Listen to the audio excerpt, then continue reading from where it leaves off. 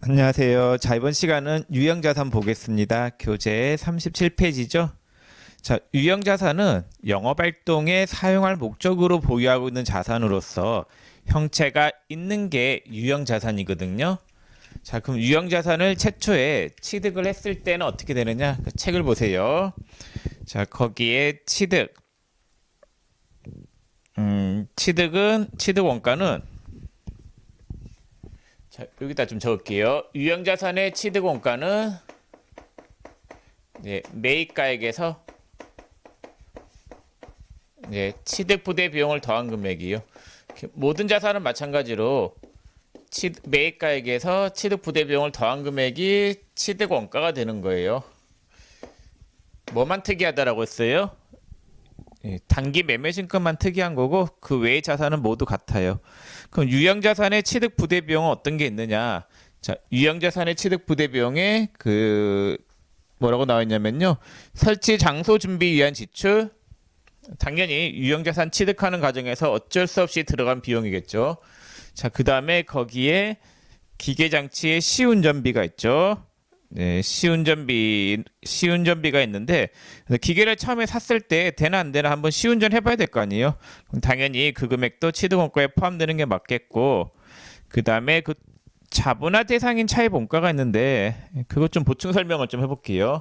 자, 금융비용 자본화라고 하는데 이자 비용은 자본화. 이 자본화라고 하는 말은 자산의 취득원가에 포함시키다의 줄임말이 자본화예요. 그럼 금융비용은 원칙적으로 단기 비용으로 처리하는 게 원칙인데 예외적으로 자본화 할 수가 있어요. 그래서 만약에 건물을 짓는 과정에서 이자 비용이 100원이 들어갔다.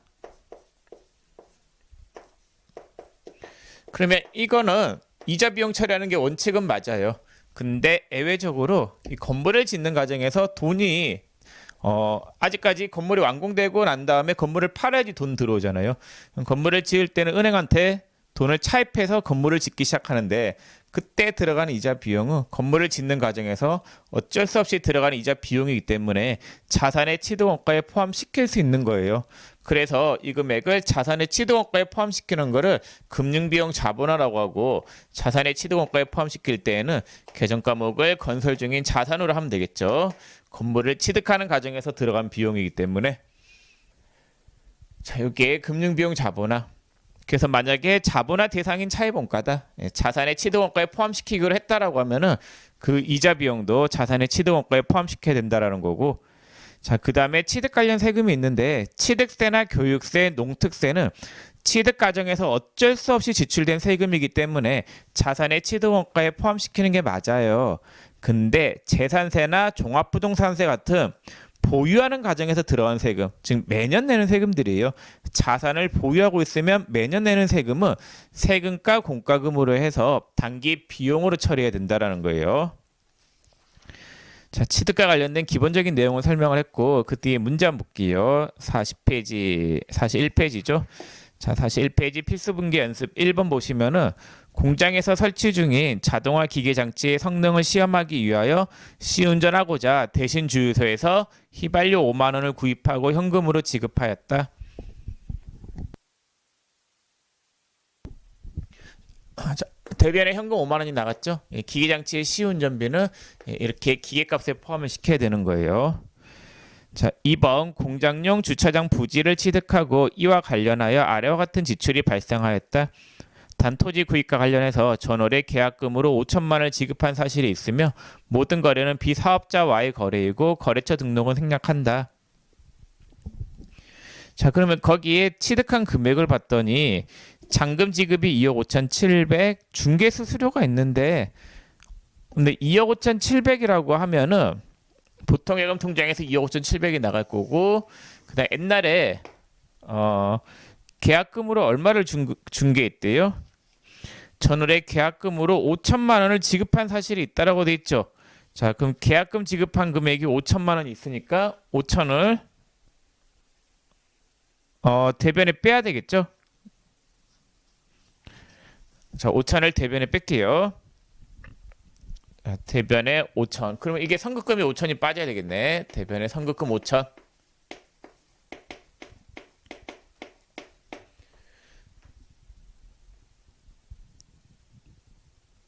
자, 그러면은 토지 가격이 얼마가 돼야 돼요? 5천 더하기 2억 5천7백 해가지고 3억 7백이 돼야 되겠네. 그쵸? 3억 7백이고 그 다음에 중개수수료하고 취득세, 농어촌 특별세, 교육세 이것도 전부 다 토지를 구입하는 과정에서 어쩔 수 없이 들어간 세금이죠.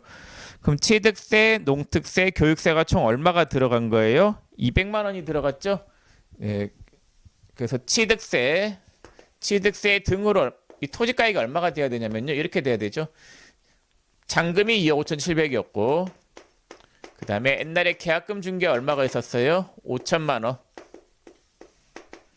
그 다음에 중개수수료가 얼마였어요? 중개수수료가 78만 원이 아니라 그 세금을 22만 원 띄고 줬으니까 100만 원인 거예요. 그 다음에 취득세 등이 얼마예요? 취득세 등이 110만 원하고 90만 원 더해서 200만 원이겠네요. 자, 그러면은 차변의 토지 가액은 3억 이게 얼마지? 3억 1천만 원이 되겠네. 3억 1천만 원. 차변의 토지 가액은 3억 1천만 원인 거고, 자, 그 다음에 2억 5천7백은 보통예금, 그 다음에 선급금 5천 원 선급금, 그리고 이 300에 해당하는 부분은 뭘로 지급을 했대요? 전액 현금으로 지급했다라고 돼 있죠. 근데 그 중에서 22만 원만큼은 세금을 띄워준 거니까 22만 원은 세금을 띄워준 거니까 애수금이 22만 원 이렇게 잡혀야 되겠네요. 자, 그래서 요 토지 가액이 3억 1천만 원인데 보통예금에서 2억 5천7백, 그 다음에 계약금 지급한 거는 선급금 300 준 거는 이렇게 세금 띄워준 게 22만 원이 있으니까 애수금 22만 원, 현금으로 278만 원 이렇게 회계 처리하시면 되겠습니다. 근데 죄송한데 그 해답이 좀 잘못되어 있으니까 해답 수정을 좀 부탁드릴게요. 선급금이 빠져 있죠. 수정 부탁드리겠습니다. 자, 그 다음에 3번 문제 볼게요. 3번에 5월 7일 제품을 제조하는 공장 건물에 대한 재산세 125만 원과 보험료 210만 원을 현금으로 납부하였다. 재산세는 매년 내는 세금이기 때문에 세금과 공과금이에요. 세금과 공과금 125만 원, 보험료 210만 원. 보험료도 매년 내는 거기 때문에 보험료로 처리하면 돼요. 자, 4번에 공장을 건설하기 위하여 소요되는 자금을 조달하기 위하여 우리은행에서 차입한 차입금에 대한 250만 원이 발생하여 우리은행 보통예금 계좌에서 이체하였다. 그럼 보통예금 통장에서 얼마가 빠져나갔어요? 250이 나갔는데 이게 건물을 짓는 과정, 완공 전이죠. 완공 전에 발생된 이자 비용이에요. 원칙은 이자 비용이 맞는데 문제에서 뭐 하라고 돼 있어요? 자본화 대상 요건을 충족해가지고 자본화 시키겠다라는 말이죠. 그래서 그 금액을 건설 중인 자산으로 넣어야 되는 거예요. 차변에 건설 중인 자산 250만 원 이렇게 분개하면 돼요. 건물을 짓는 과정에서 들어간 비용은 건설 중인 자산으로 처리하는 거거든요.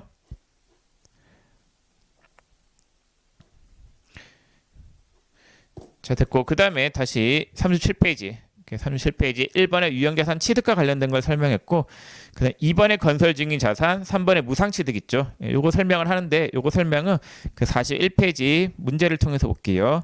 자, 41페이지에 5번 문제 볼게요. 5번에 건설 중인 공장 건물이 완공되어서 1,500만 원을 현금으로 지급하였다. 동거래와 관련하여 건설 중인 자산 계정의 금액은 1억 원이다. 건물을 짓는 과정에서 돈이 1억 원이 나갔었어요. 자, 근데 건물이 완공이 안 됐죠. 완공 전에는 건설 중인 자산이라고 하는 계정 까먹고 있어요. 원래 건물을 샀으면은 차변의 건물인 건데 건물이 미완성 상태에 있기 때문에 건설 중인 자산 이렇게 잡아놨다가 건물이 완공이 되죠. 완공이 되면은 건설 중인 자산을 떨면서 건설 중인 자산 1억 원을 떨면서 뭘로 대체하면 되냐면요. 건물 1억 원 이렇게 대체하시면 되겠습니다.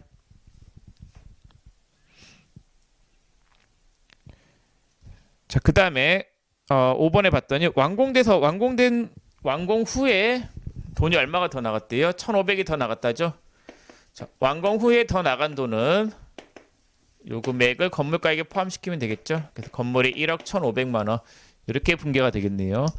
미완성 상태에 있을 때는 건설 중인 자산, 완공이 되면 떨면서 건물 그 다음에 추가로 나간 돈은 건물 완성과 관련된 돈이기 때문에 완공된 건물, 거기에 들어간 비용이기 때문에 건물가액에 포함시키면 되는 거고.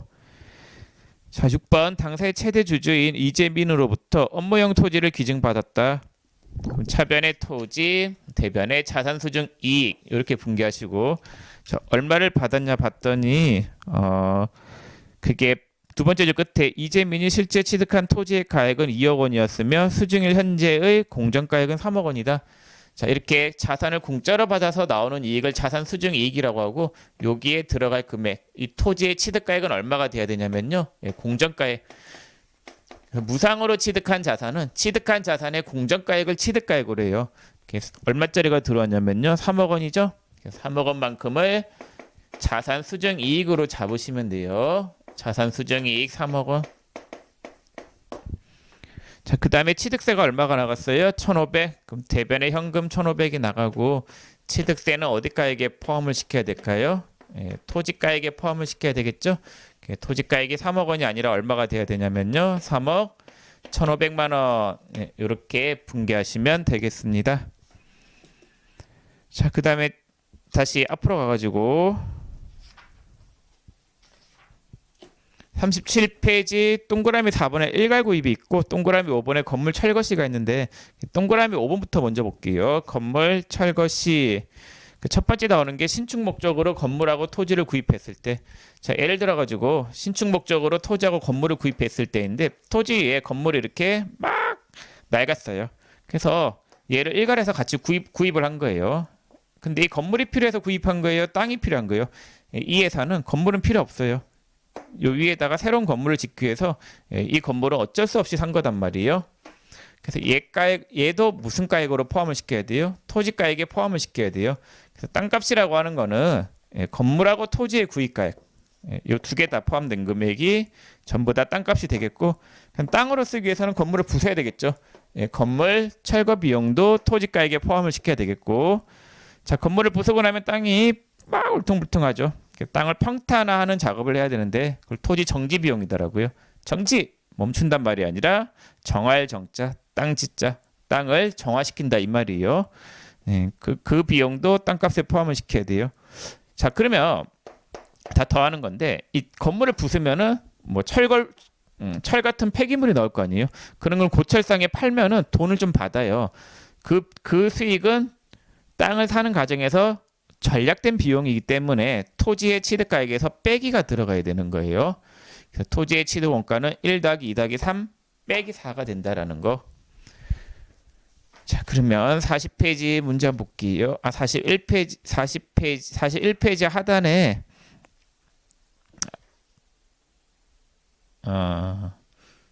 저기 42페이지 8번 문제 보세요.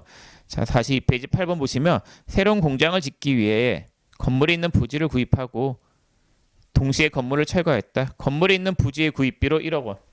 건물하고 토지의 구입가액이 얼마가 되는 거예요? 1억 원이 되겠죠? 자, 그 다음에 철거 비용 얼마가 들어갔대요? 500. 그러면은 땅값은 총 얼마인 거예요? 1억? 500이 되겠죠? 그래서 차변에 토지가 얼마가 오겠어요? 1억 500이 오겠죠.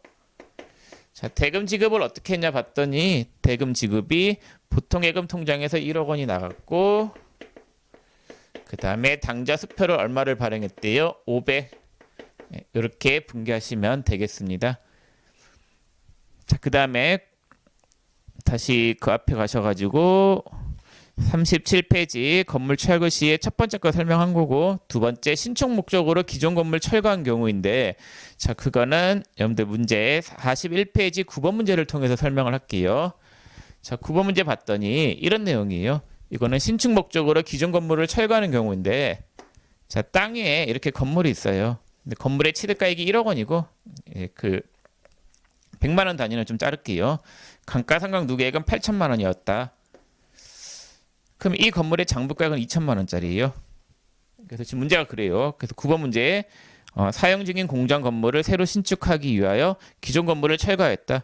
철거 당시 기존 건물의 취득가액 및 감가상각 누계액의 자료는 다음과 같다. 건물의 취득가액은 1억 원. 감루는 8천이라고 되어 있죠. 그러면 이 건물을 부술 건데 부숴서 새로 지을 거예요. 얘는 자기 거 부수고 새로 짓는 거예요. 얘는 다른 사람 거 사와서 부순 경우이고 내 거를 부수는 거예요. 그럼 내 거가 없어지죠. 그럼 내 건물을 제거해야 돼요. 취득가액 1억 원, 감루 8천. 그럼 이거를 영원 받고 팔았다라고 보면 돼요. 빵원 받고 팔았으면은 유형자산 처분 손실이 얼마가 발생하냐면요. 2천만 원 이렇게 발생이 되겠죠. 그래서 기존 건물의 장부가액을 뭘로 처리하면 되냐면요. 기존 건물의 장부가액을 빵원 받고 팔았기 때문에 유형자산 처분 손실 이렇게 보시면 되는 거예요. 빵원 받고 판 거잖아요. 자, 근데 이 건물을 부수는 과정에서 철거비가 나가요. 철거비가 300만 원이 나갔다라고 하면은 이 철거비도 유형자산을 빵원 받고 판매하는 과정에서 지출된 비용으로 보고 전부 다 유형자산 처분 손실 2,300 이렇게 분계를 하시면 되겠습니다. 자, 그래서 8번하고 9번의 차이는 8번은 다른 회사 거 사와서 부수는 거, 9번은 내 거 부수는 건데 내 거와 관련된 기존 건물의 장부가액뿐만 아니라 철거비까지 뭘로 처리하냐면요. 유형자산 처분 손실로 처리한다라는 거고. 자, 그 다음에 7번 문제 한번 볼게요. 7번에 당사는 4억을 사용할 목적으로 주 남방건설로부터 건물과 토지를 3억 원에 일괄 구입하였다라고 돼 있죠. 자, 그러면 이거는 어떤 내용이냐? 이것도 이제 토지하고 건물을 사온 거는 맞는데, 자, 토지하고 건물을 사온 거는 맞아요. 근데 우리가 앞에서 배웠던 거는, 방금 배웠던 거는, 자, 이건 다 건물을 부쉈죠. 부쉈던 거고. 자, 얘 같은 경우에는 토지하고 건물이 있는데 이거를 멀쩡한 걸 사와서 함께 쓸 거예요. 근데 일괄에서 얼마 주고 사왔냐면요. 3억 주고 사왔어요. 근데 보통 있잖아요. 우리가 토지와 건물을 살 때 이렇게 일괄에서 사면은 계약서가 하나로 나와 있지 따로따로 금액을 나누진 않아요. 근데 우리가 따로따로 금액을 나눠줘야 돼요. 장부에는. 왜 그러냐면은 건물은 감가상각을 해야 되고 토지는 감가상각을 안 하기 때문에 그래요. 자, 그럼 건물하고 토지가액으로 나눠야 되는데 나누고 대변에는 계정과목이 어음 발행했으니까 미지급금이에요. 상품이나 원재료 이외의 것을 구매하고 어음을 발행하면 미지급금. 상품하고 원재료를 구매하고 어음을 발행하면은 지급어음. 그렇게 되잖아요. 자, 그럼 건물가액을 얼마로 잡아야 되느냐? 요거는 시가 비율, 공정가액 비율로 안분계산하면 돼요. 공정가액 비율로 안분계산. 자, 공정가액이 건물의 공정가액이 얼마라고 되어 있냐면요. 1억 6천. 토지의 공정가액은 8천. 결국 2대1의 비율이잖아요. 그래서 건물가액은 3억 원 곱하기 1억 6천 더하기 8천만 원분의 1억 6천이니까 이게 결국은 3분의 2예요. 2억 원이 나올 거예요. 그래서 건물가액은 2억 원, 나머지 토지가액은 1억 원. 이렇게 뿌려주시면 되겠습니다. 자, 됐고 그 다음에 앞에 내용을 볼게요. 자, 37페이지에 지금 설명드린 부분이 4번의 일괄구입, 5번의 건물 철거시, 거기에 대한 내용을 설명을 드렸습니다. 자, 그 다음에 뒤에 38페이지, 그걸 뒤에 부분 이어서 볼게요.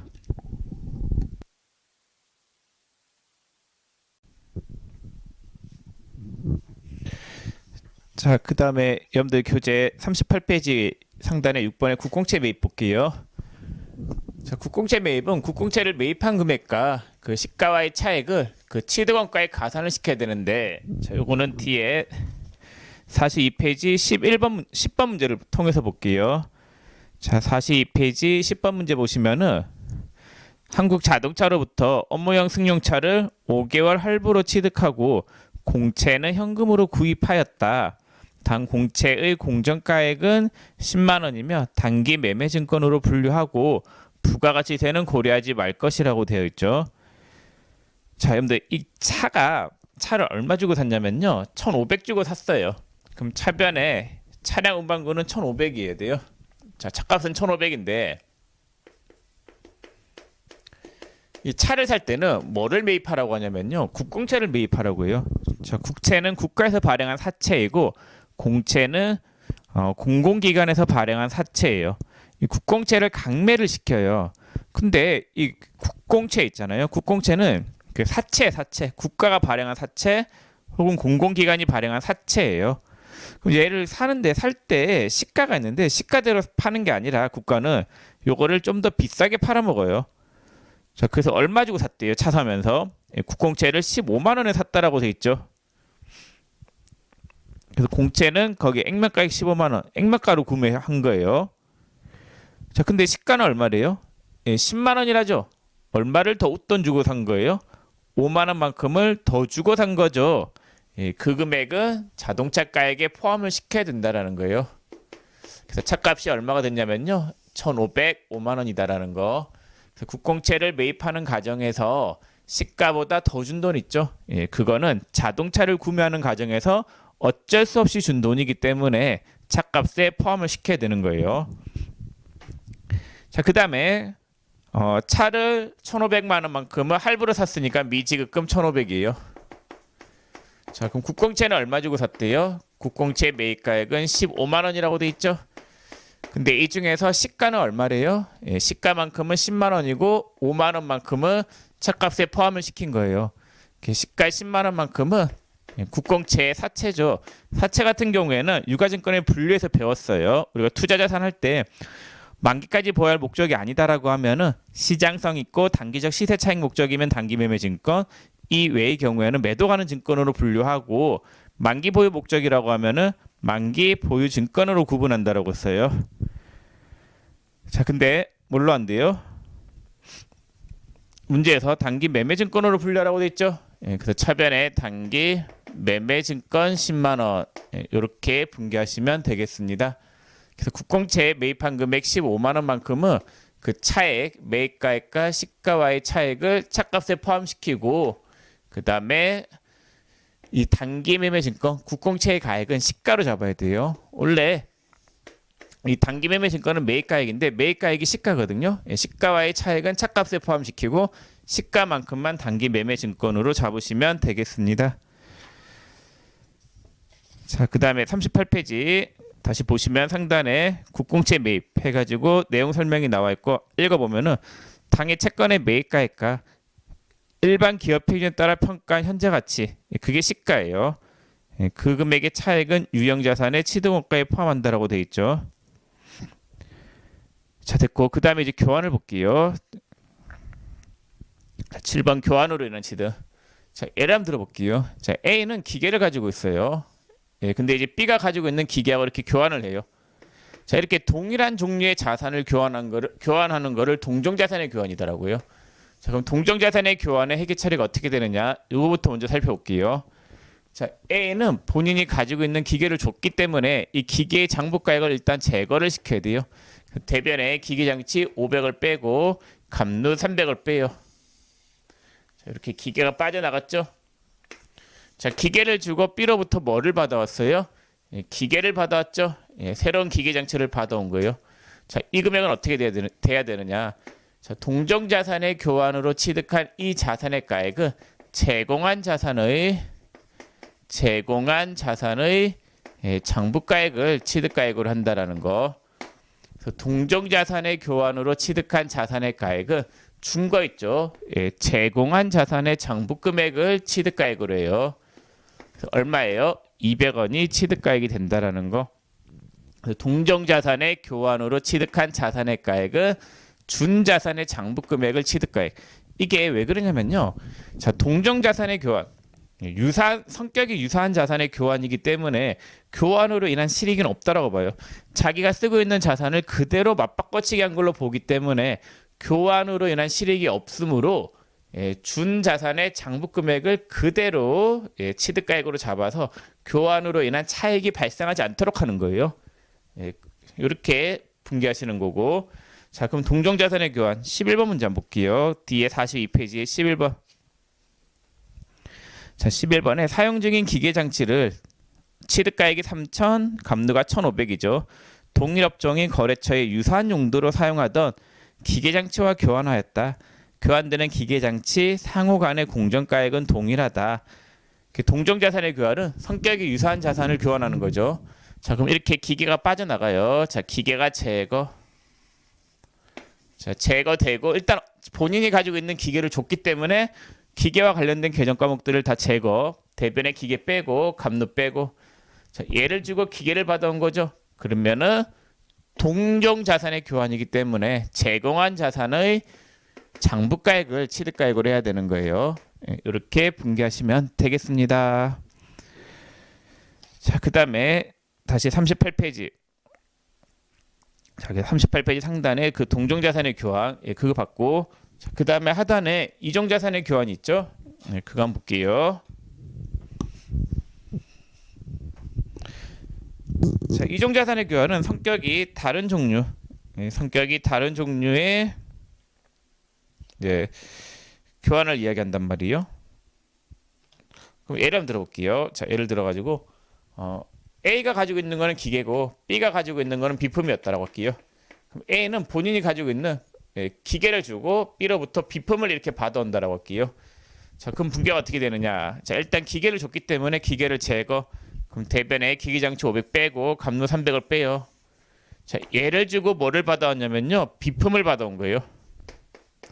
자, 성격이 다른 종류의 자산을 교환한 거죠. 이건 이렇게 봐요. 자, 기계장치 있잖아요. 이 기계를 주고 비품을 받아오는데 기계를 시가대로 판 걸로 봐요. 시가가 400원이죠. 그러면은 현금이 400원 들어온 걸로 보고 들어온 현금으로 바로 뭐를 산 걸로 봐버리냐면요, 비품을 산 걸로 봐버려요. 자, 이렇게 봐버린단 말이에요. 그럼 200원짜리 기계를 400원에 팔았기 때문에 이익은 얼마가 발생해요? 유형자산 처분이익이 200 이렇게 발생하는 거단 말이에요. 근데 같으니까 지워져 버리면은 결국 이렇게 되는 거예요. 어떻게 되느냐? 자, 기계를 주고 비품을 받아오는데 이 받아온 비품의 가액은 어떤 금액으로 잡느냐? 제공한 자산의 공정가액이다. 제공한 자산의 공정가액을 취득가액으로 한다. 그래서 동정자산의 교환은 제공한 자산의 장부가액, 얘의 장부가액. 이종자산의 교환은 제공한 자산의 공정가액을 취득가액으로 잡고 거기에 따른 차익이 발생할 거 아니에요. 그 차익은 유형자산 처분 손익으로 처리하면 되는 거예요. 그래서 지금 200원짜리 기계를 주고 400원짜리 비품을 받아왔기 때문에 유형자산 처분이익이 얼마가 발생하는 거예요?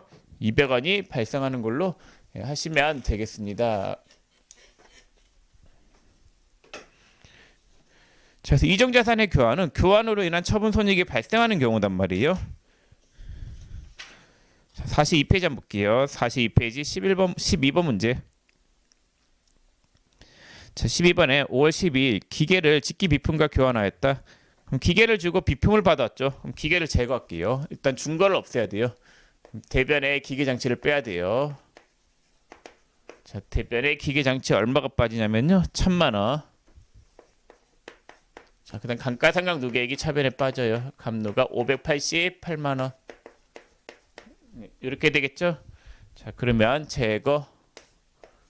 기계를 주고 뭐를 받아왔대요? 비품을 받아왔다죠. 자, 이종자산의 교환으로 취득한 이 자산의 가액은 뭘로 잡아야 되냐면요, 준 걸로 잡아야 돼. 준 거. 준 자산의 공정가액을 취득가액으로 한다라고 했어요. 왜냐면 시가대로 팔고 바로 그 자산을 산 걸로 보기 때문에 가지고 있는 자산을 시가대로 팔고 다른 종류의 자산을 산 걸로 보기 때문에 제공한 자산의 공정가액이 취득가액이 된단 말이에요. 그럼 제공한 자산의 공정가액이 얼마라고 되어 있어요? 그게 안 나와 있죠. 그래서 이게 단위 붙어요. 그래서 원래 이종자산의 교환은 원칙이 제공한 자산의 공정가액, 제공한 자산의 공정가액을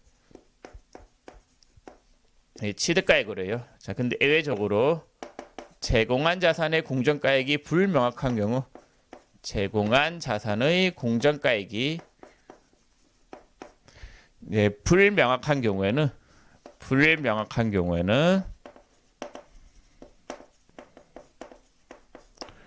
취득한 자산의 공정가액으로 할 수도 있다. 취득한 자산의 공정가액 가능.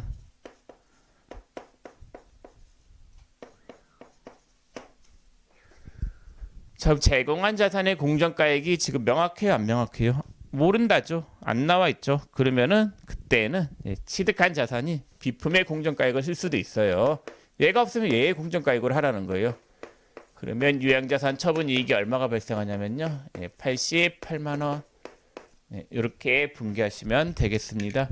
자, 그래서 기계를 주고 비품을 받아오는 케이스인데 기계를 주고 비품을 받아오는 과정에서 유형자산 처분 이익이 88만 원 발생하는 경우이죠. 자, 그다음 13번. 주 항공물산으로부터 토지를 취득하면서 보유증인 토지와 당좌수표 4천만 원을 발행하여 지급하였다. 단 당좌수표의 발행 비중은 본 거래에서 유의적이다. 얘는 이제 뭐를 주고 뭐를 받아오냐면요. 일단 토지를 줬죠. 자, 토지. 가지고 있는 토지의 장부가액이 얼마라고 되어 있냐면요. 가지고 있는 토지의 장부가액이 1억 2천. 예, 대변의 토지 1억 2천. 그 다음에 수표 발행이 얼마가 이루어졌냐면요. 4천만 원. 예, 당좌예금 4천. 얘를 줬죠. 이 두 개를 주고 뭐를 받아왔어요? 예, 토지를 받아왔죠. 그러면은 이 금액은 뭘로 잡아야 돼요?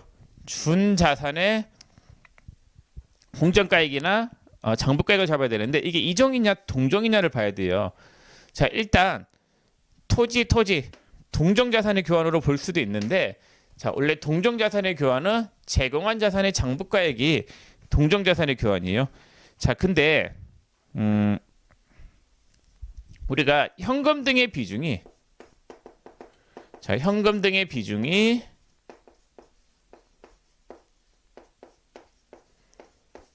유의적인 경우, 중요하다, 유의적이다는 말은 중요하다는 말이에요. 유의적인 경우에는 동정자산이 아니라 이종자산의 교환으로 봐요. 이종자산의 교환으로 본다. 그래서 제공한 자산 중에서 현금 등의 비중이 유의적인 경우, 중요한 경우 있잖아요. 예, 중요한 경우에는 뭘로 보냐면요. 이종자산의 교환으로 본다라는 거예요. 본다. 그래서 현금 등의 비중이 유의적이다. 그래서 제공한 자산 중 토지 똑같이 교환했지만 또 뭐를 줬어요? 수표를 4천만 원씩 발행했죠. 요 금액이 유의적이다. 즉 중요하다는 말이에요. 중요한 경우에는 동종자산의 교환으로 보지 않고 이종자산의 교환으로 본다라는 거예요. 이종자산의 교환으로 보면은 제공한 자산이 얘하고 얘 두 개죠. 얘의 공정가액을 취득가액으로 해야 돼요. 얘 두 개의 공정가액이 얼마라고 돼 있어요, 문제에서?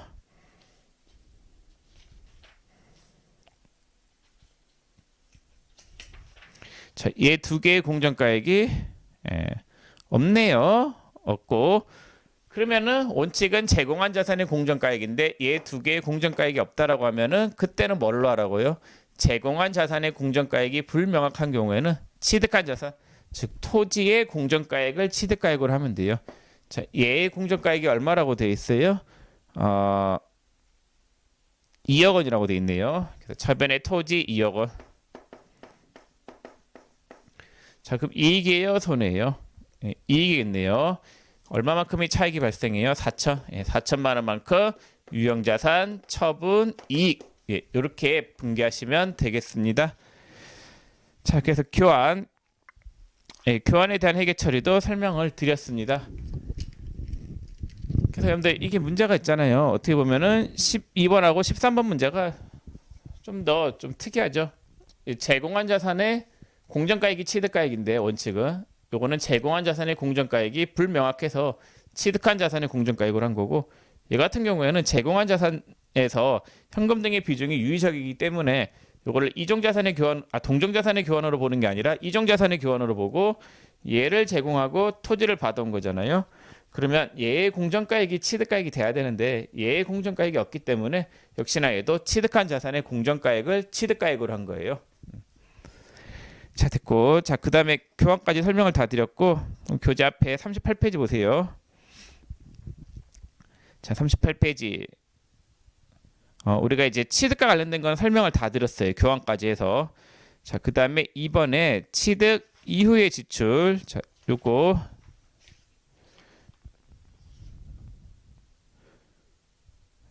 요거는 좀 칠판을 지우고 볼게요.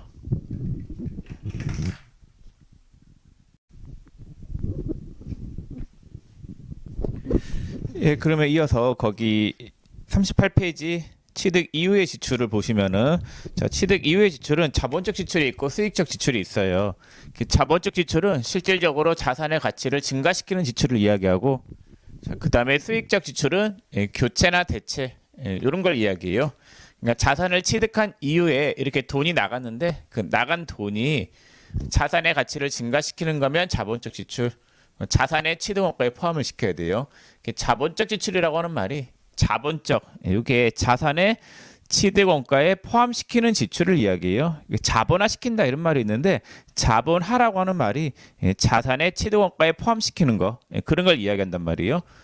자본적 지출일 때는 차변의 건물이고 수익적 지출일 때는 그냥 단지 수리한 거에 불과하기 때문에 수선비로 처리하는 거예요. 자, 여러분들 그 교재 42페이지 보시면은 43페이지 14번 문제 보세요. 자, 14번 문제 보시면 파손으로 인한 유리 교체. 근데 그 네온 박스에 있잖아요. 유리 교체가 됐는데 그거는 수익적 지출이죠. 원래 있었던 거를 맞바꿔치기 하는 거. 단순한 교체 작업은 수익적 지출. 파손으로 인한 유리 교체는 수선비로 처리하고 건물의 일부 도색비, 페인트칠하는 거예요. 그럼 페인트칠 벗겨진 거를 다시 칠한다라고 해서 건물의 가치가 증가하거나 그러진 않죠. 현상 유지를 위한 지출은 수선비예요. 걔는 수익적 지출이 되겠고, 자, 내용연수 증가를 위한 계량, 자산의 가치를 증가시키거나 내용연수를 증가시키는 지출, 요거를 자본적 지출이라고 해요.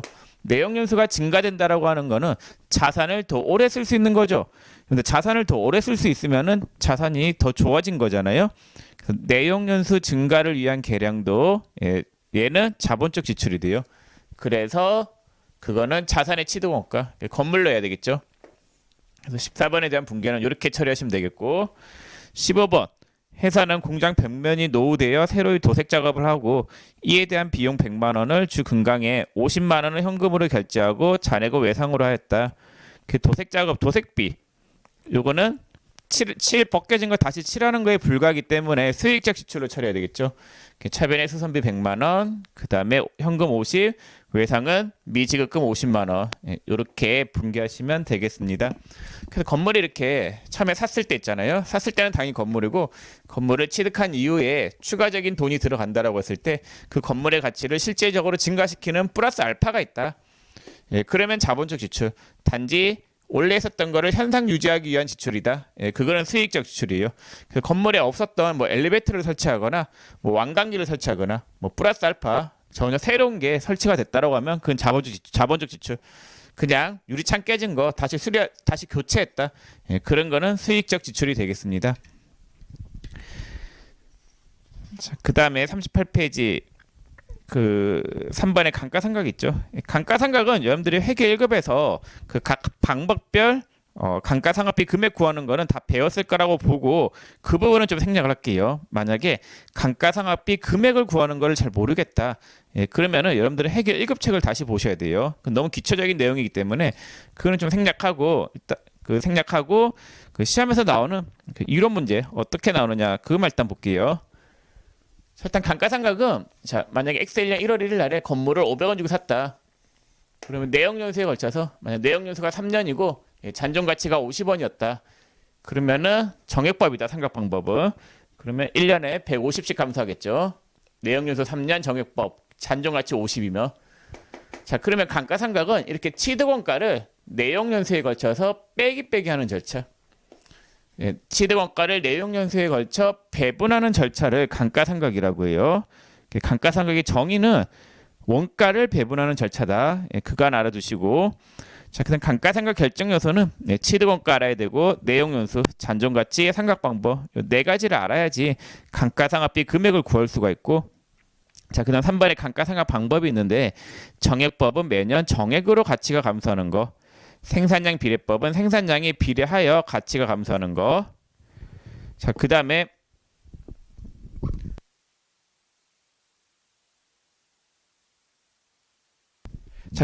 그 정액법하고 생산량 비례법을 뺀 나머지 방법은 감가상각비가 초기에 가대 계상된다라는 거예요.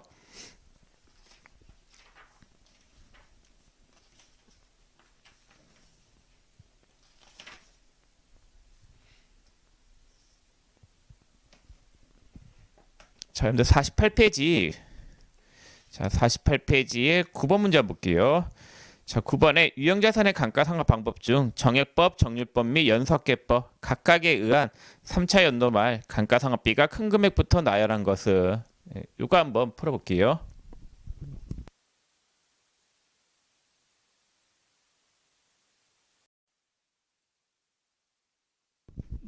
자, 그 문제를 통해서 여러분들 감가상각비 금액 구하는 거를 좀 간단하게 한번 살펴볼게요. 자, 먼저 9번 문제 정액법으로 감가상각비를 구해볼게요. 자, 취득원가가 100만 원이죠. 자, 감가상각비를 구하기 위해서는 취득원가랑 그 다음에 내용연수를 알아야 돼요. 자, 내용연수가 5년이죠.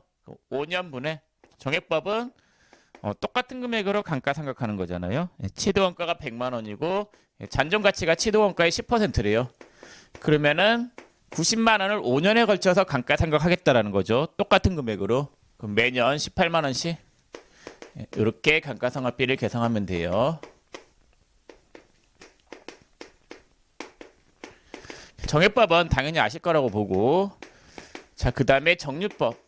정률법을 했을 때는 정률법은 미삼각잔액에다가 정률을 곱해서 감가상각비를 계산하는 방법이에요.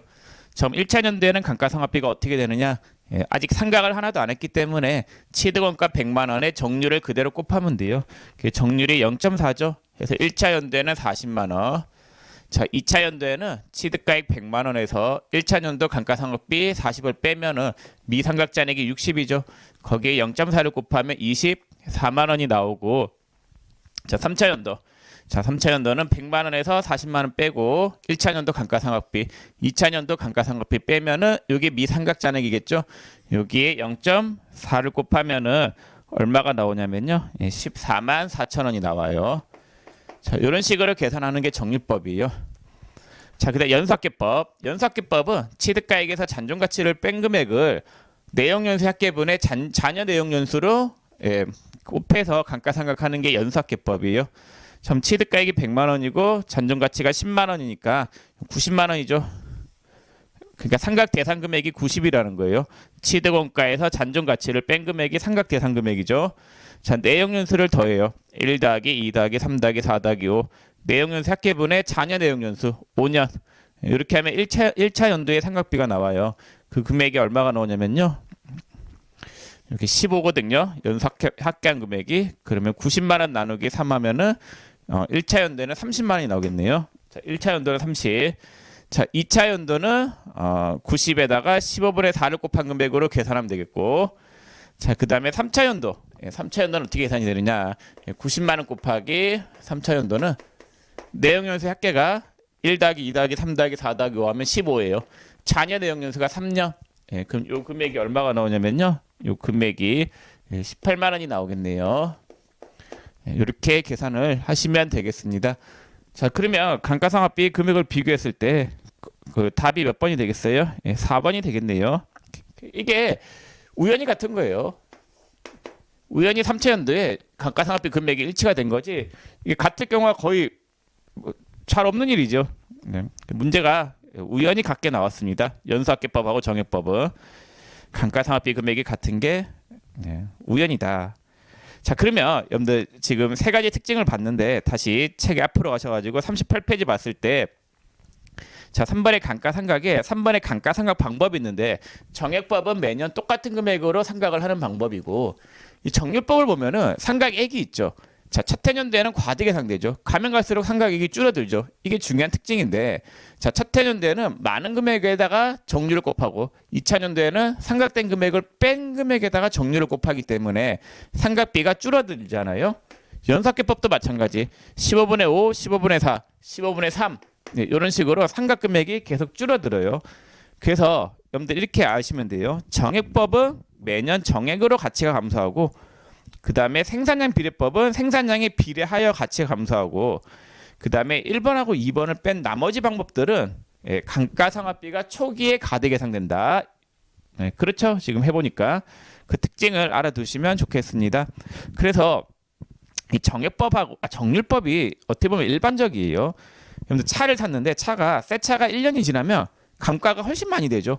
만약 10년 된 차랑 11년 된 차랑 감가상각비를 비교하면 그 차가 그 차예요. 예. 그래서 감가상각비가 초기에 가득 예상되는 게 어떻게 보면 더 합리적이다. 자, 그다음에 4번에 감가상각 대상 자산이 있는데 유형자산하고 무형자산. 그러니까 유형자산하고 무형자산은 영업활동에 사용할 목적으로 보유하고 있는 자산이기 때문에 사용자산이죠. 사용을 하기 때문에 가치가 떨어지는 게 맞는 거죠. 그래서 감가상각 대상 자산은 유형자산하고 무형자산인 거고, 자, 근데 건설 중인 자산하고 토지는 제외한다. 건설 중인 자산은 가치가 올라가고 있는 거고, 토지는 가치가 그대로예요. 100만 년 전의 토지랑 지금 토지랑 땅은 변화가 없어요. 그 위에 세워져 있는 건물이 달라지는 거지 땅은 변화가 없다. 자, 그 다음에 감가상각은 설명을 다 드렸고 밑에 처분을 볼게요. 뭐 처분에 대한 회계 처리가 나와 있는데 이걸 일단 한번 볼게요. 자, X1년 1월 1일 날에 건물을 500원 주고 샀어요. 근데 감가상각비가 내역연수가 5년이다라고 할게요. 내역연수가 5년이고 잔존가치가 빵이다라고 했을 때 1년에 감가상각비가 100원씩 이렇게 계산이 되겠죠. 자, 근데 X2년 7월 1일 날에 이 건물을 600원에 현금으로 매각했다라고 할게요. 자, 그러면 6개월 동안 쓰고 매각한 거죠. 그럼 6개월치의 감가상각을 하고 팔아야 돼요. 그럼 6개월치 딱 반년치 감가상각비가 얼마예요? 여기에 반하면 50이겠죠? 차변의 감가상각비 50, 대변의 감가상각 누객 50이에요. 자, 그럼 건물의 취득가액이 500이고 감루가 총 얼마가 잡히는 거예요? 150이죠. 팔아요. 대변에 건물 500 빼고 그 다음에 대변에 있는 감루 150을 차변에 이렇게 빼요. 그럼 이 건물은 얼마짜리 건물이에요? 350원짜리 건물. 자, 얘를 얼마에 팔았냐면요. 얘를 600원에 현금 매각했다라고 하면 차변에 현금 600.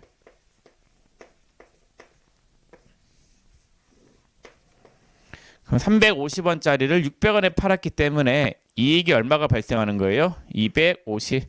그래서 250만큼 유형자산 처분이익 이렇게 분개하시면 되겠습니다. 자, 이렇게 처리하시면 돼요. 그래서 연도 중에 팔았다라고 하면은 그 몇 개월 쓴 거 있죠? 예, 거기에 대한 감가상각을 하고 팔아야 된다라는 거. 자, 그럼 관련된 문제를 한번 풀어볼게요. 몇 페이지 보시냐면요. 43페이지 16번 문제 볼게요. 자, 16번 보시면은 원재료 운반용 트럭이 노후되어 매각 처분하고 매각대금 30만 원을 현금으로 수령하였다. 처분한 트럭의 취득가액은 1,200만 원이며 정기말까지 감가상각 누계 계상액은 720만 원이다. 당사는 트럭에 대하여 잔존가액 없이 내역연수 5년 정액법으로 상각하여 왔다. 처분 시까지 단기분 감가상각 분계는 적정하게 처리되었다고 가정하고 처분 시 분계만 처리하며 처분 시 분계만 처리하래요. 자, 그러면 차가 취득가액이 1,200이에요. 그럼 차변에 차량 운반고 1,200인 거고, 자, 감가상각이 총 720만 원 되어 있대요. 자, 일단 상황이 이런 상황인데 언제 팔았냐면요. 판 날짜가 5월 18일이에요. 5월 18일 날 팔았으면 5개월치 쓰고 판 거죠. 감가상각은 월할 계산하면 돼요. 취득가액이 1,200이고 내역연수가 5년이니까 5분의 1이고 5개월치인 12분의 5를 곱해요.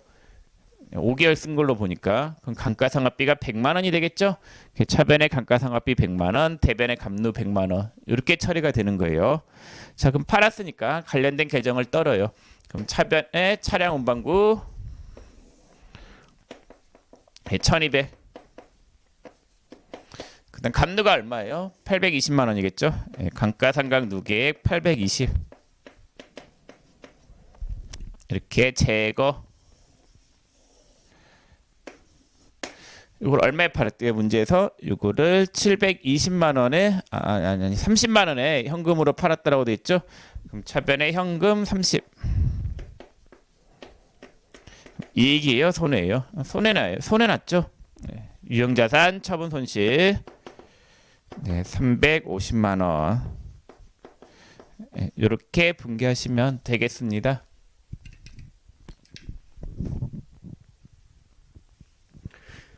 자, 그럼 매각에 대한 거는 세무 2급에서는 이렇게 기중에 매각했을 때 회계 처리, 감가상각을 하고 팔아야 된다라는 거, 이걸 좀 조심하시면 되겠고, 요 분계까지 되어 있다라고 가정하고 이 분계를 하라죠. 문제에서 요까지는 적정하게 되어 있다라고 가정하고 이 분계를 하라고 했으니까 이건 여러분들이 구하고 이 금액을 구해가지고 요까지 다 생각을 해서 이분계를 해야 되겠죠.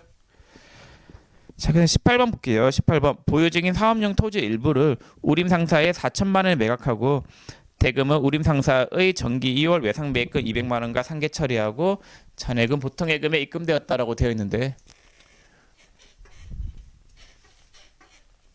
토지 팔았죠. 자, 토지가 감가상각 자산은 아니기 때문에 감론 없겠죠. 그럼 대변에 토지 장부가액 2,300 떨고 얼마에 팔았냐 봤더니 4천만 원. 근데 4천을 외상 매입금 200가 상계시키고 그다음에 나머지 3,800은 보통 예금에 입금. 그럼 1,700만 원만큼 유형자산, 처분, 이익 이렇게 분개하시면 되겠습니다. 자, 됐어요. 자, 이렇게 해서 처분까지 다 받고 그 다음에 39페이지 정부보조금 회계 처리를 볼게요. 자, 여러분들 정부보조금과 관련된 회계 처리는 시험에 잘 나오지는 않아요. 이게 세무 1급에 잘 나오지 세무 2급에는 출제가 그렇게 자주 되는 주제는 아니에요. 그래서 여러분들이 시간이 없다라고 하면은 그냥 넘어가셔도 크게 지장은 없을 것 같아요. 제 생각에는. 그래도 일단 시험에 가끔 나오기 때문에 가끔 나오는 걸 위해서 일단 설명을 좀 드려볼게요.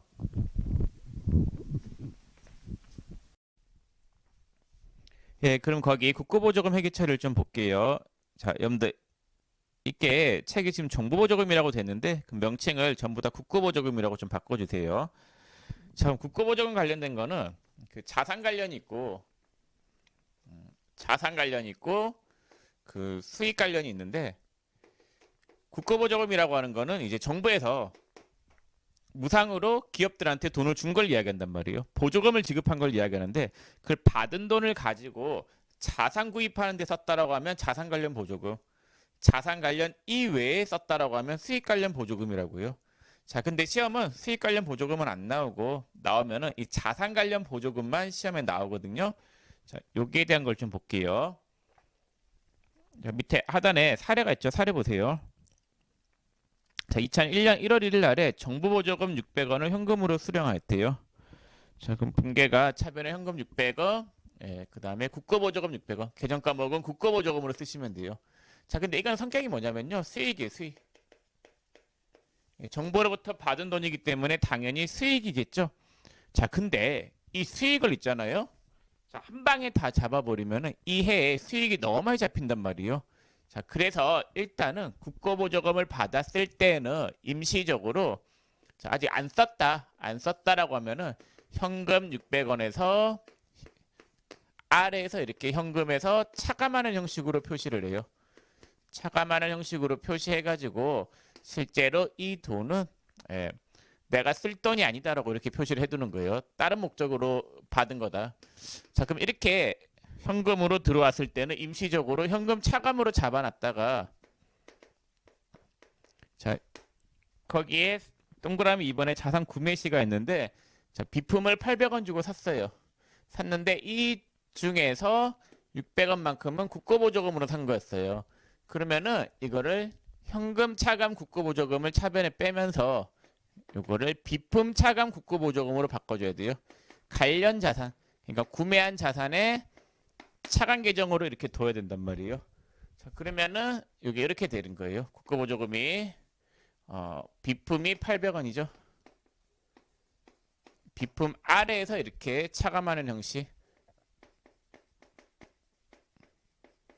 그래서 비품가액이 200원. 이런 식으로 표시가 돼요. 자, 그래서 국고보조금이 현금 차감으로 돼 있었던 거를 실제로 비품을 샀을 때는 비품 차감으로 이렇게 대체를 해줘야 된단 말이에요. 자, 그래서 자산과 관련된 보조금은 관련 자산의 차감 계정으로 놔둔다라는 거예요. 결국 분계가 이렇게 된 거예요. 같으니까 지워줄게요. 자, 현금 같으니까 지워져 버리면은 대변에 현금 200원 나가면서 실제로 국고보조금으로 비품 산 거단 말이에요. 그럼 실제로 비품을 사면서 들어간 돈은 200원이었다 이렇게 표시가 되는 거예요. 600원만큼은 국고보조금으로 산 거잖아요. 그래서 국고보조금은 관련 자산의 차감 계정. 그러니까 현금으로 받았을 때는 아직 뭘 살지 모르기 때문에 임시적으로 현금 차감으로 놔뒀다가 비품을 샀을 때 얘를 떨면서 비품 차감으로 대체가 되는 거예요. 자, 그러면은 이게 관련 계정 과목에서 이렇게 차감하는 형식으로 표시가 되는 거고 비품가액은 200원이다라고 이렇게 표시가 되는 거예요. 자, 그러면은 이 국고보조금은 원래 성격이 수익인데 임시적으로 비품 차감으로 잡아놨다가 이게 600원만큼의 수익이 맞아요. 근데 이 해의 수익을 다 잡아버리면은 수익이 너무 많이 잡히니까 언제 수익을 잡냐면요. 이 비품을 감가상각할 때 내용연수에 걸쳐서 감가상각할 거 아니에요? 예, 그때 얘를 깎아내리면서 수익을 잡으래요. 자, 그럼 비품이 취득가액이 100원인데 내용연수가 몇 년이라고 돼 있냐면요. 거의 4년이라고 돼 있어요. 상각 방법은 정액법이라고 돼 있죠. 그럼 1년에 얼마씩 상각이 되냐면요. 200원씩 상각이 될 거예요. 이렇게 감가상각을 할 때 얘를 상각하면서 수익을 잡으라는 거예요. 그래서 대변에 있는 국고보조금을 차변에 빼요. 차변에 국고보조금 빼면서 대변의 수익을 잡는데 수익은 어떻게 잡냐면요. 별도로 계정 과목이 있는 건 아니고 차변에 있는 감가상각비 있죠. 얘를 대변에 빼면 돼요. 그냥 빼면은 수익으로 인식이 되는 거잖아요. 이런 식으로 수익을 잡아준다라는 거예요. 자, 그러면 얼마만큼을 깎아내려야 되느냐? 자, 이 깎아내리는 금액은 이렇게 계산이 돼요. 국고보조금이 얼마는치였어요? 600원이죠. 600원 곱하기 자, 비품의 취득가액이 800원이에요. 비품의 취득가액이 800원이고 그 중에서 올해의 감가상각한 금액이 얼마예요? 200원이죠. 네, 그래서 150원만큼 상각을 해주면 돼요. 상각하는 금액은 국고보조금 곱하기 취득가액분의 감가상각한 금액. 자, 그래서 감가상각 대상 금액분의 그러니까 우리가 800원을 감가상각할 거죠. 잔존 가치가 빵이니까 그거 분의 단기에 감가상각한 금액 비율만큼 요거를 상각을 해주면서 수익을 잡는 거예요. 수익은 차변에 있는 감가상각비를 대변에 취소하면은 그게 수익 잡히는 거랑 다름없겠죠. 자, 이런 식으로 분개를 하시면 되겠고, 근데 이게 좀 상각 금액이 얼마인지 헷갈린다라고 하면은 정액법 같은 경우에는 내용연수로 나누어도 상관없어요. 내용연수가 4년이니까 4로 나누면 150이죠. 150 깎아내리면서 대변의 감가상각비 제거 그렇게 분개하셔도 돼요. 자, 이렇게 알아두시면 되겠고 그 다음에 이제 이 자산을 매각했을 때의 차례가 있는데 그까지는 하지 마세요. 그건 세무 1급에 잘 나오는 부분이고 세무 2급에서는 요 정도만 아시면 될 것 같아요. 매각했을 때 분개까지 하시면은 여러분들이 너무 어려우니까 요 정도까지만 알아두시면 될 것 같습니다. 여기 결산 분개로 시험에 가끔 나왔거든요. 자, 그래서 국고보조금이 있었을 때는 국고보조금을 깎아내리면서 대변에 감가상각비하는 분개를 해줘야 되는데 얼마를 깎느냐? 그거는 금액 비율대로 하는 게 맞는데 감가상각한 금액 비율대로 하는 게 맞는데 잘 모르겠으면은 내용연수로 깎아도 상관없겠습니다. 자, 됐고 그 다음에 40페이지 가보시면은 그럼 거기에 재무상태표에 표시되는 부분이 나오는데 감가상각을 했으면 어떻게 표시가 되냐면요. 비품가액이 800원 감가상각 누계액이 200원 여기서 국고보조금이 빠져요. 국고보조금이 150이 상각이 됐으니까 450 600에서 150이 빠졌으니까 450을 이렇게 빼주시면 되겠습니다. 자, 됐고 그 다음에 42페이지까지 설명을 43페이지까지 분개 다 설명드렸죠. 자, 뒤에 46페이지 이런 문제가 있는데 이건 좀 나중으로 빼고 여러분들 한번 풀어보세요. 자, 그 다음에 50페이지 무형자산 볼게요. 자, 무형자산은 형체가 있는데 아니 영업활동에 사용할 목적으로 보유하고 있는 자산인데 형체가 없는 게 무형자산이에요. 그럼 무형자산의 종류는 어떤 것들이 있느냐? 첫 번째 거기 영업권이 나와 있죠. 자, 영업권이라고 하는 거는 그 회사만이 가지고 있는 독보적인 권리 같은 걸 이야기해요. 우리가 권리금을 주고 들어간다 이런 말 들어보셨죠? 예를 들어 가지고 횟집을 하나 차렸어요. 횟집이 처음에 들어가 가지고 아무도 손님도 없고 이랬는데 제가 막 열심히 일해가지고 영업 환경을 되게 좋게 만들어 놨어요. 단골도 많이 생기고. 그러면은 여기에 누군가가 들어와서 또 장사를 하면은 엄청 장사가 잘 되겠죠. 영업 환경을 만들어 놨기 때문에. 그럼 무형의 권리, 눈에 보이지 않는 무형의 권리, 그거를 영업권이다라고요.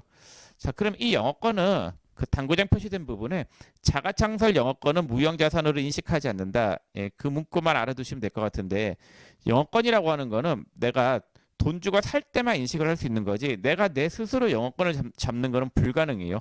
그 예를 들어서 우리 회사의 재무상태표에다가 제가 영업권을 10억 원 이렇게 잡아놨다. 근데 이게 10억 원 인정이 돼요? 누가 돈 주고 사줘야지 인정이 되는 거지. 이거 자체는 내가 내 스스로 영업권을 인식하는 거는 말이 안 되는 거예요. 자, 그 다음에 무형자산의 종류의 두 번째 이제 개발비가 있는데 개발비는 이런 거예요. 자, 우리가 뭔가 하나 기술을 개발한다. 뭐 예를 들어서 신약을 개발한다 하더라도 신약 같은 경우에 이제 연구 단계와 개발 단계를 거쳐요. 자, 연구 단계라고 하는 거는 순수하게 학문을 연구하는 단계라고 보시면 돼요. 그래서 옛날에 한국석 박사가 줄기세포 연구에 성공했다 그런 말 들어보셨죠? 그 연구 단계예요. 요거는 연구 단계에서 지출된 비용은 연구비로 해서 손익계산서에 판관비로 처리하면 돼요. 단순히 연구 활동한 거는 돈 되는 건 아니에요. 그냥 뭐 논문에 게재하다 그런 거 있잖아요. 학술 연구한 거예요. 자, 돈 되는 단계는 개발 단계예요. 상용화할 수 있는, 즉 팔아먹을 수 있는 기술을 개발하는 단계가 있는데 이게 개발 단계인데 저 개발 단계는 이제 두 가지로 나눠요. 개발에 성공을 했다, 개발에 실패했다로 나눠지는데 개발에 성공하면 그 기술력은 돈 되는 거단 말이에요. 그때는 개발비라고 하는 무형자산으로 계산하면 돼요. 돈이 되기 때문에. 자, 근데 개발에 실패한다라고 하면은 그건 돈 되는 게 아니죠. 쓸데없는 짓이라고 보긴 힘들지만은 돈 될 만한 기술력은 아닌 거잖아요. 그때는 경상연구개발비로 해서 경상연구개발비라고 하는 계정 과목으로 해서 손익계산서에 판관비로 계산하면 되는 거예요. 그래서 만약에 한우석 박사가 줄기세포 연구에만 성공했지 상용화 단계까지는 못 갔단 말이에요. 근데 그 상용화, 줄기세포가 상용화되는 게 뭐 요즘 재대열 이런 거 있잖아요. 그 줄기세포를 그 보관했다가 나중에 뭐 그거를 뭐지? 그 난치병 이런 데 치료할 수 있게 줄기세포를 보관하는 기술력. 그런 거 있잖아요. 그런 거는 돈이 되잖아요. 그런 기술력은 무형자산으로 계산이 되지만은 개발에 실패한다. 돈이 안 되는 것들은 경상연구개발비로 해서 손익계산서에 판관비로 처리하는 거예요. 자, 됐고. 그래서 50페이지 보시면 거기 개발비 인식 요건을 충족했다. 그 말이 개발에 성공했다란 말이고 개발비 인식 요건을 충족하지 못했다가 개발에 실패했다란 말이에요. 자, 그 다음에 거기에 기타의 무형자산을 봤더니 특허권이 있고 특허권은 기술을 자기 혼자 해먹을 수 있는 권리. 이번에 실용실현권도 뭐 기술 같은 거예요. 기술을 자기 혼자 해먹을 수 있는 권리. 3번의 의장권은 디자인을 자기 혼자 해먹을 수 있는 권리. 상표권은 상표를 자기 혼자 쓸 수 있는 권리. 소프트웨어는 소프트웨어예요. 윈도우 같은 거 있죠. 윈도우 같은 게 있어야지 여러분들이 영업 활동할 수 있죠. 컴퓨터를 쓸 수 있잖아요. 그러면 윈도우가 손으로 만질 수 있는 거예요? 형체가 있는 거예요? 형체가 없죠. 그렇기 때문에 소프트웨어도 무형자산이 맞고 6번의 라이선스. 그 라이선스는 이런 거예요. 뭐 예를 들어서 그 MS 오피스 같은 거 있잖아요. 그거를 구입하지 못하고 뭐 2년 동안 사용할 수 있는 라이선스를 취득해요. 그럼 2년간만 쓸 수 있는 라이선스를 획득한 거기 때문에 그게 무형자산이겠죠. 그 기간 동안은 쓸 수 있는 권리니까. 7번의 저작권을 침해한다. 그런 말 들어보셨죠? 창작물을 자기 혼자 쓸 수 있는 권리. 그게 저작권이고 8번의 광어권, 광물을 자기 혼자 캘 수 있는 권리. 9번의 어업권, 물고기를 자기 혼자 잡을 수 있는 권리. 이렇게 보면은 무형자산은 권리들인데 권리가 전부 다 독점적으로 쓸 수 있는 권리들이죠. 자, 그 다음에 무형자산의 취득원가가 있는데 외부에서 취득할 때는 매입가액에서 취득 부대 비용을 더한 금액이고 그 내부 창출, 그 개발비 같은 거는 내부적으로 창출된 무형자산이잖아요. 이런 거는 자, 창출하는 단계 만들기 시작해요. 만들기 시작해가지고 종료까지가 있는데 이렇게 창출하는 과정에서 들어가는 비용들 있죠. 창출 과정에서 들어가는 비용들이 무형자산의 취득원가가 되는 거예요. 그래서 무형자산 창출이 종료되고 난 다음에 이제 운영 단계에 들어갈 거 아니에요. 무형자산을 운영하는 단계가 있다라고 하면 이 단계에서 지출되는 비용은 창출 단계에서 지출되는 비용은 취득원가에 포함을 시키는 게 맞고 무형자산을 운영하는 단계에서 들어가는 비용은 단기 비용으로 처리해야 돼요. 판관비로 처리하든지 해야 되겠죠. 그래서 예를 들어서 인건비가 무형자산을 만드는 과정에서 들어간 비용이다. 만드는 과정에서 들어간 인건비다라고 하면은 그 무형자산의 취득원가에 포함을 시키는데 다 만들고 난 다음에 그 무형자산을 운영하는 데 들어가는 직원의 인건비는 판관비, 비용으로 처리하는 거예요. 자, 그렇게 적혀져 있죠. 이번에 내부 창출에.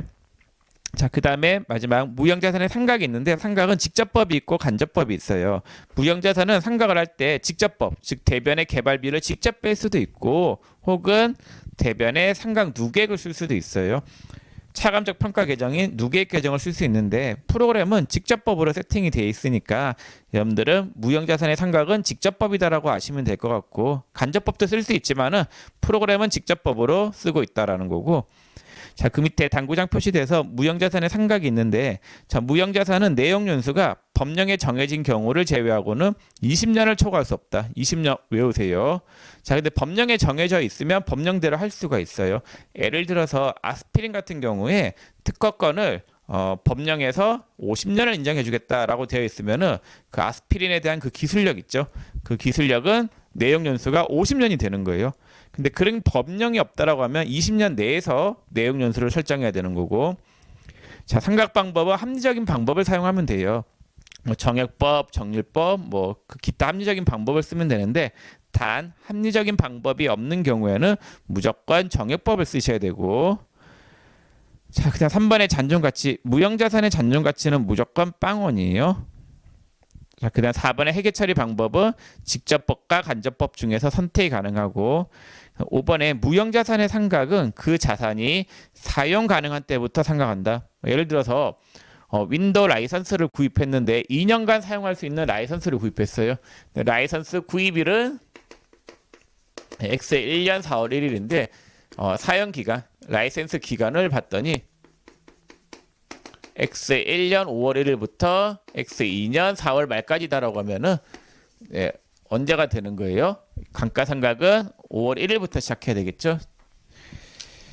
자, 됐고 그다음 51페이지 필수분기 연습이 있는데 1번 5월 2일 날 서울대학에 의뢰한 신제품 개발에 따른 연구 용역비 1,200만 원을 보통예금에서 폰뱅킹 이체하여 지급하였다. 그럼 대변에 보통예금 통장에서 돈이 나갔죠? 보통예금 통장에서 1,200이 나가고 차변의 계정 과목은 개발비겠죠. 근데 지금 문제에서 무형자산으로 처리할 것이라고 되어 있죠. 그러면은 개발에 따른 비용이 뭘로 처리해야 되겠어요? 개발비라고 하는 무형자산으로 해야 되겠고 이번에는 특허권 구입한 거니까 차변에 특허권 50, 대변에 보통예금 50. 3번은 소프트웨어 구입한 거니까 차변에 소프트웨어 100만 원, 대변에 현금 100만 원. 그렇게 분개하시면 되겠습니다.